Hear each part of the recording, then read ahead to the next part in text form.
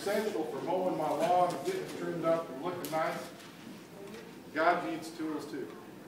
God puts tools to use. And so I got a question for you today. Are you a tool? Are you a tool? I'm going to tell you right now, Keith, you are such a tool.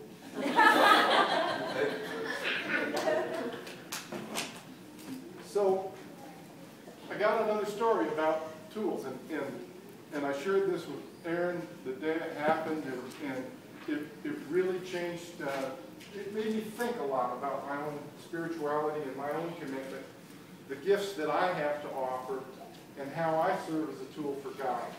How do I glorify God? How do I continue His mission here on earth? And it was a couple weeks ago. Megan has started working in the department now, works for my department chair. And so we drive in together. Most days, Cheryl, Megan, and I can drive in together. That day, Cheryl needed to leave a little earlier. I got up, and I could hear calves and cows bawling in the pasture, which tells me somebody's not where they're supposed to be. Sure enough, some calves got on the wrong side of the fence. Normally, this is like, I can get this done 2, 3, maybe 5 minutes to get things.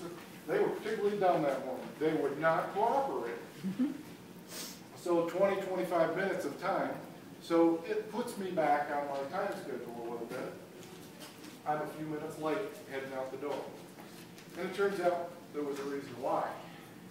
We get just a few miles south of our place on Highway 15, and we come across a horrific looking car accident. We were about the third vehicle on the scene. A young man driving north on 177 veered over the center line and took a semi head on.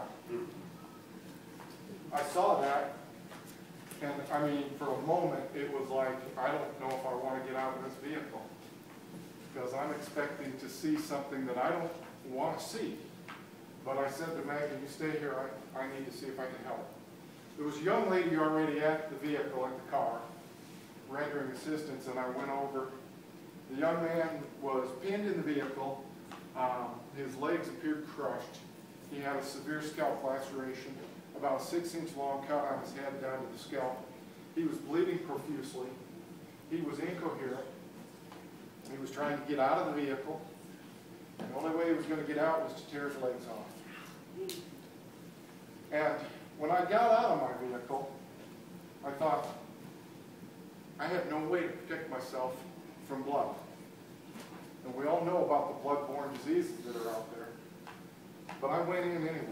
What choice did I have? You know, we're Christians. What do we say? You know, I'm out.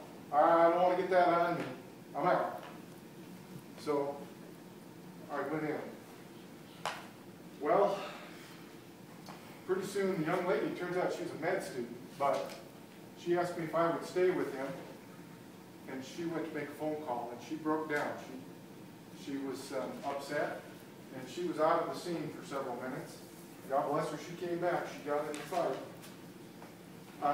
And I stayed with the young man, and I was talking with him. Bradley's his name. And at some point in there, I spied a cross hanging around a chain on his neck. And I have to tell you, it was evident that that man is living a tough life right now. There were clear signs of some issues. But when I asked him, when I saw that chain, I asked him, son, are you a Christian? Without hesitation, he said yes. And that was such a profound statement for me. It made me it just set me back on my heels. Because I knew right then, if that young man did not survive this, and there was a good chance he was losing a lot of blood, I knew no matter what type of lifestyle he was living, no matter how sinful the behavior that he might be engaging in, he was saved.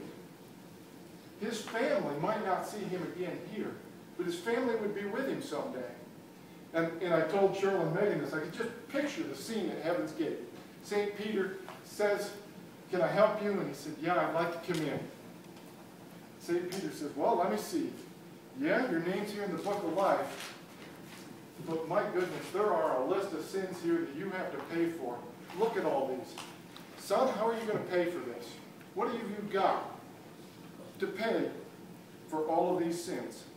You've sinned against your Lord. What are you going to do? Well, we come into this world and we leave with nothing and we leave with nothing. So the young man has nothing to pay for all these sins.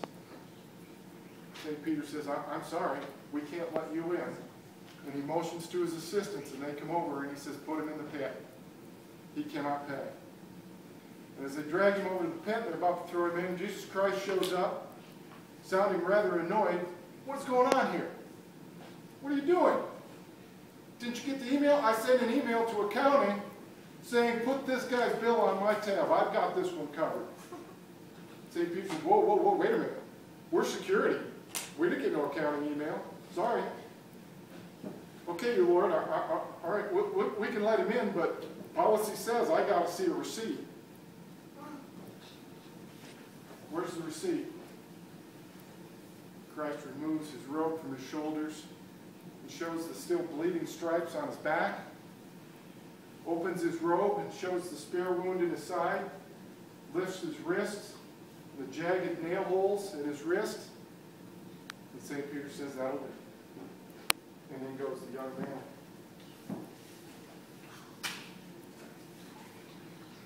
So back to the accident scene. As I asked him if he was a Christian, and he said yes, I asked him if he'd like to pray. And he said, yes, please. So I prayed with the young man. I prayed for speedy assistance to arrive. I prayed for his life. I prayed for his soul. I prayed for his family. I became very concerned as this was going on. There's nothing we could do about this leg wound because the vehicle was here. The front of the vehicle was here. There was nothing we could do to stem the flow of blood there. And the scalp wound, what started to bother me, I'm not a medical doctor. I don't even play one on TV. Stayed at Holiday Inn Express a couple times this last week, though. Anyways, the head wound, the blood wasn't flowing from it anymore. And that really started to concern me. I'm going, where's the blood? Well, I know where it's at. It's in the floorboards.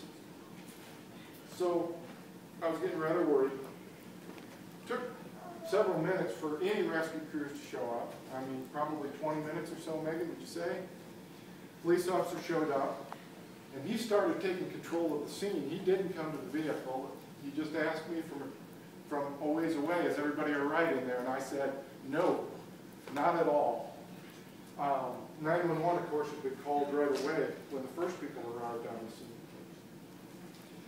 He asked me if I would call his family.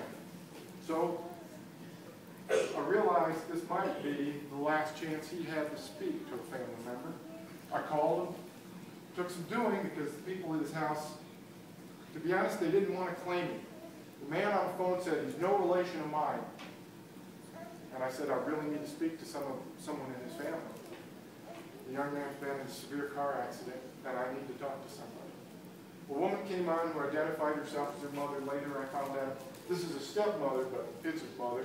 She'd raised him since he was 1 year old. I told her the situation, and she asked to speak to him. And I wasn't sure if that was a good idea, though, because he was pretty distraught. He was begging for help. He was asking if he was going to live or not. He kept saying, am I going to die? But I said to him, man, when you talk to him, I want you to know he's very distraught. Please try to keep him calm and try to keep him in the vehicle because he's literally trying to tear his legs off to get out of the car. So she handed him the phone, or I handed him the phone. And the first things he said, first words he said were, Angie, I love you. And I wondered how long had it been since she'd heard those words, and would they be the last time she ever heard them? Well, later when I talked to her, I found out it had been a long time since she'd heard those words. Soon, the pros showed up, and I was just in the way, and I backed away. I helped direct traffic for a little bit. And then they were going to bring in the Lifeline helicopter, where I was stopped. So it was time for me to move on. Megan and I and another man had been assisting. We turned around, and headed the other way and forming all this line of cars. And then went, turn around and go the other way. You're not going to go through there for a long time. Turned around a ways, and his mother called me back, wanted to know what was going on, and I told her we'd left the scene, but the life flight helicopter was on its way and had to take him into OU Medical Center. When she heard that life flight helicopter was coming, she now was truly terrified. They don't take people in there unless there's something seriously life-threatening. I told her I thought he was going to live. He had a severe head wound. At least one leg was severely broken. I couldn't tell on the other one. But I thought he'd live. What else could I tell him? You know? And I did. I believed he would live. Because I prayed with him. I prayed for his life. Sermon for another day, but I truly believe we constantly underestimate God, and we ask for little things when we should be asking for great and glorious things. And that day I was asking for that young man's life. He answered. You know, I truly wondered, why did God send me there? Why did he put me there? I'm an agricultural economist. What was I going to do? Assess the risk-reward trade-off of traveling in the wrong lane? You know? I mean, what was I supposed to do? Well, I think I did what I was supposed to do as a Christian. I think I was the tool that God wanted there that day. He could have sent Jamie, a trauma nurse. And what would have Jamie done? Her job that day would have been to try to save his life. My job, I think, was to try to comfort his family, try to help them reconnect, and to pray for him. What else could I do as a tool, as a Christian tool for God?